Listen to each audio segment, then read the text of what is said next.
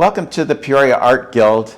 We recently closed an exhibition with Tyler Brandon and his recent reductions. We're making a video just to kind of have a little talk about ceramics. Tyler, sure, yeah. And we're going to start with the title. What does a reduction mean for ceramics? Reduction in ceramics is a type of firing atmosphere. So as the kiln is getting hotter and hotter, there's more gas going in, and you can make less oxygen in there by adding more gas or closing the damper, which creates a reduction, which is just a lack of oxygen inside the kiln. So flames are moving around and changing things chemically in the clay body and in the glaze. And what does that do, well, particularly to the glazes? Glazes, so this is a copper red right here.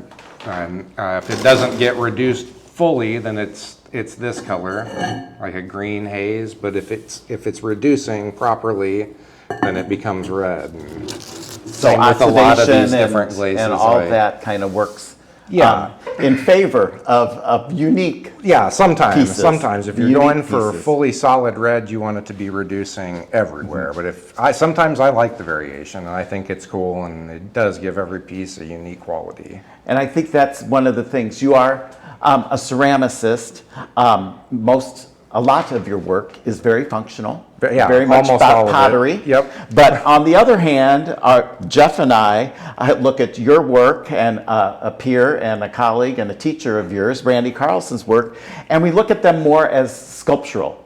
That they're forms that take on sometimes, and like I think these in particular look like body. They're Absolutely, human form more than a functional pot or something like that. And I think the best thing about ceramics and looking at it as a sculpture is that Rodin said there should not be a bad side. There's not a front or a back. Your sculpture should be strong. And I think that's what happens, especially with the different glazing techniques and things like that, that Absolutely. they create unique pieces each time, even though you may be able to replicate the form very easily and naturally. Right, exactly. Yeah, every glaze is going to be different. I'm applying these all very similarly. Some of them are dipped and some of them are sprayed.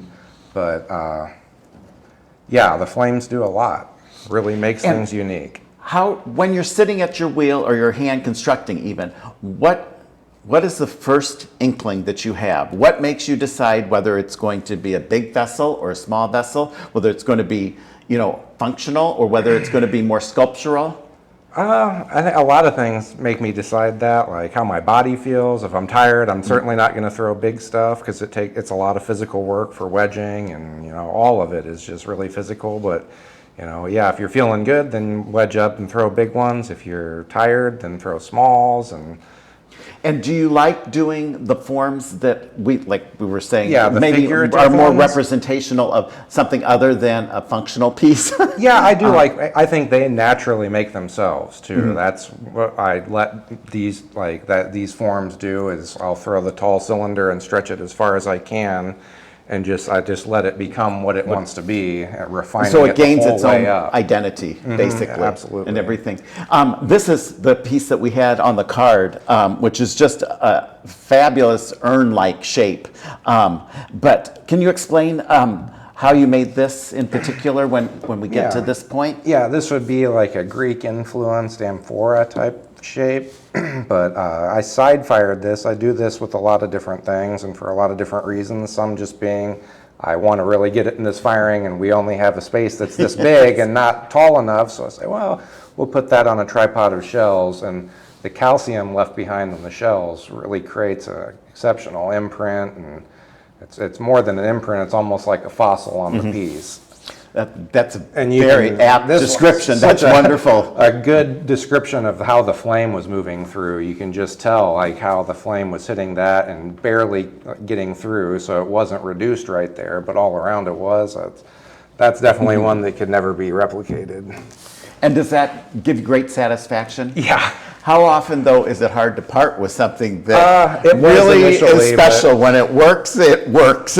Yeah, there are very few pieces where it's like I have a really big attachment to them because I am making them to get rid of them and make money off of them. So it's and if it's a good one, then I'm excited because I might make a little bit more on it. But yeah, I haven't been super attached to anything in a long time, I feel like.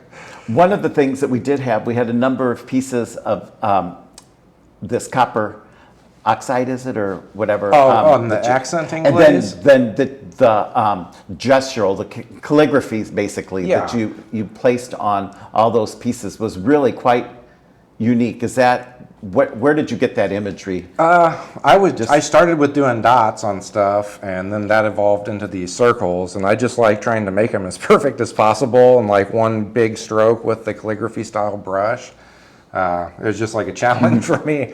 I started decorating them more and closely more. when you with look them. at it, though. Again, with the firing, sometimes the glaze will drip and it'll expand, and so that it's not quite as a perfect Right. design if you were a graphic designer. Yes. Yeah, I don't lay them out or anything like that. I just hold it and do a circle there, turn it around, a circle there, and then try to space whatever evenly, you know. And I think the other thing that we had in the exhibition that was really a huge success, and Jeff and I were so excited, were your large bowls or Yeah, that was one of the or most popular saucers, items, I think. that we hung on the wall. And a lot of them had this very crude spiral, shall we say, as a part of their design. And this one is just a recent one that you did. Yep, that one came out right after the show, I think.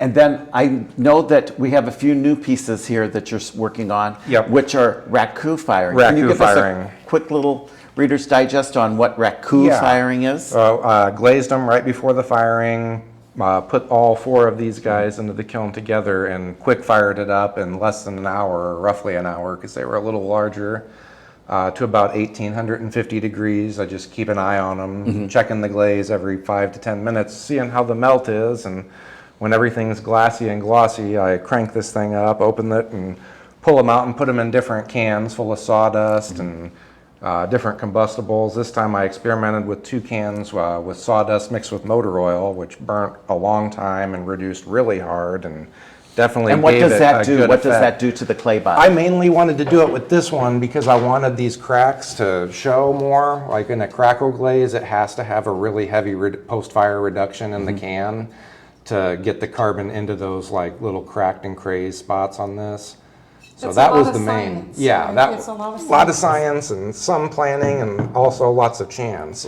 Now, we noticed that 3 of them have more the metallic type of surface to them, and the one that's up on the base there is a little more flat and matte. What is that part of just maybe sometimes it does, sometimes it doesn't during raku? all different glazes, I think. Yeah, I want to say those were all just different combos that I was interested in trying. That's the fun thing about raku is you make up a couple small batches of glaze and test them, and then the next firing you do, which sometimes might be right away, is going to be slightly different because you can tweak the formulas and add more colorant or less colorants. Do you write any of your formulas down? Yeah, I have a notebook that I keep track of all these kind of things. And I'm a big fan of just writing it down in a notebook. I carry it with me everywhere I go with lists and Well, and do you ideas find that there are people at like the market or even in the gallery that they favor one color, one way that you've made, like this one, let's say, which yeah. are much more earth tones than possibly the one that Right. has more purple or blues in it? Yeah, it seems And- like some people are straight away attracted to the matte crystalline style, like either or right here. They just like matte finishes, I think. Well, and I think these are all, most of your pieces are about this size, but you did make some very large bowls and large vases and vessels, Right. shall we say, vessels. And do you like to mix it up? Or I know you I said do. that I it like depends on throwing your day, all but sorts it's of just different like, things. I think it's fun, and I'm just always trying to build my skill level and throw bigger things in one piece. And is it monotony or is it therapeutic to sit on at the wheel and That's definitely a continue to- day-to-day thing too. Like some days you definitely just it's a work, you don't feel like really doing it and making stuff, but you have to and know that you should, especially like for the upcoming show. There were many times it's like, I don't really feel like throwing, but I probably should. And Well, I think also, what is the process? Like, I don't know if everyone realizes that you have the clay body, which is wet, and you're working it into some kind of vessel or some kind of form, Right. and then it has to dry. Has to dry. You have to catch it at the right stage if you're going to trim it. Like I trim most of my things, which is just centering it again on the wheel upside down and taking a tool and carving away and thinning it down and giving it a more refined foot. Then it can dry fully. Then it would go into the bisque kiln. Fire at one time to a lower temperature to And make it easier to work what's a with. lower temperature? We do about 1,800 degrees, a little over 1,800 degrees for bisque firing, but that's just drying out all organic materials, Yep. and it And makes it obviously, easier to handle. if there's any like air bubbles or anything like that, you can have. Yeah. How many times is it a happy accident, or is it usually Oh, one things just blowing when up things in blow there? up or crack that you? I'm pretty good about calling it. Like if I feel like there's a piece, especially here, a beginning piece that's way too thick, I'll just we'll say something and save the hassle, because I've seen them Yes. blow with such force that it breaks Yes. things around them. So. Yes, and that is a problem. And then what do you do? Then you glaze them, and then glaze. what is the firing process for that? Loading, it's a bigger kiln, so that takes a lot of effort and time to stack. Everything has got to be balanced. You're stacking these probably 50 to 60 pound shelves on a tripod of posts all the way up to 5 feet. And then you fire it at consciously what- thinking about how the flame is going to Yeah. move throughout this, the stack too. And I guess sort of like a printmaker, the press, they have to really know their press Yeah, to really be able absolutely. to. And you I learn assume more that's about the assume kiln with the after kiln, every firing. that you- Say, oh wow, well that spot I got to put this glaze next time because that was like the best place for it. Or, And how hot does it have to get for the? close to for glazes? 2400. We're going. It's all about heat work and ceramics, so Well, the and temperature might be different. Glazes but are not paints. Right, They they're are not actually paints. crystalline. They're And- they're a mix of clay and glass and colorants, so they're definitely not paint, and some of them don't behave like paints at all. They they completely Some colors different. You put on one color. Oh and yeah, then you all take it off, these, they're different. if somebody saw what they looked like before, they're like, no way that's going to be purple, because it looks yes. like And it tan is, to it's me kind or of something a like shift in the color field. especially the reds, Thinking- and you have to do lots of experiments every And time you're firing. are reds, the cadmium, the most sensitive, shall we say? to- Copper. Copper? Yeah. There are lots of glazes that are sensitive to Yeah, being a little over reduced or under reduced. Like this is like another copper-based glaze, but it's green, just with So- a different mixture of ingredients.